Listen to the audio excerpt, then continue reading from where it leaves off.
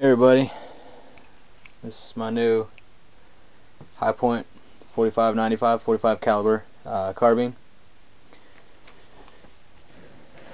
Just got it a few days ago and ran a few rounds through it already.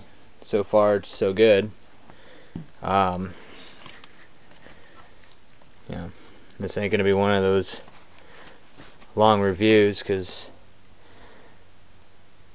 those are kind of boring, I guess. One of the things I do want to talk about is how I came across this thing. I went to a local gun shop looking actually for a Kel-Tec sub 2000 and a 40 caliber, but found out that if I paid for it that day I would see it in June of next year. So I asked about this thinking it was going to be another pain in the butt, but oddly enough somebody had ordered it in and decided they didn't want it, so there it sat in the box on the shelf. And I was lucky enough to actually pick it up.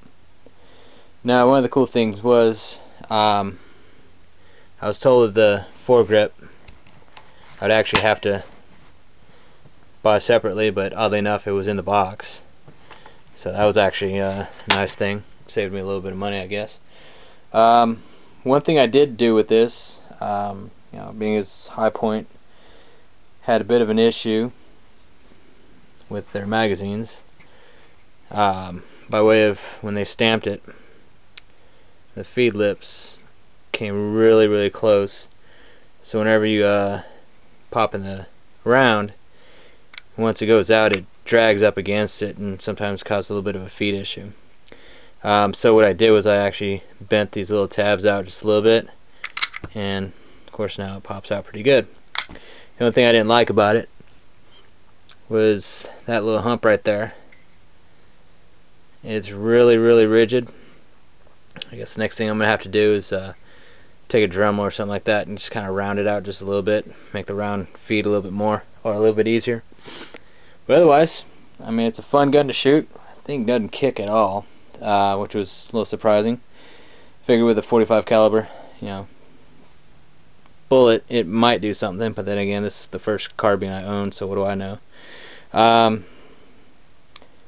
It's one of those things where if you ever find one of these, definitely pick them up. They're a lot of fun to shoot.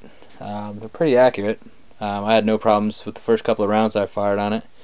So the sights were pretty good. I wouldn't say they're dead on from the factory, but they're actually pretty good.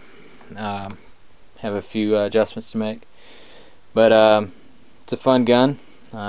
Still looking around for a Kel-Tec, that's for sure. This thing weighs a ton. And as soon as I get a Kel-Tec, I'll pop another video on there and show y'all what it is. So thanks for watching.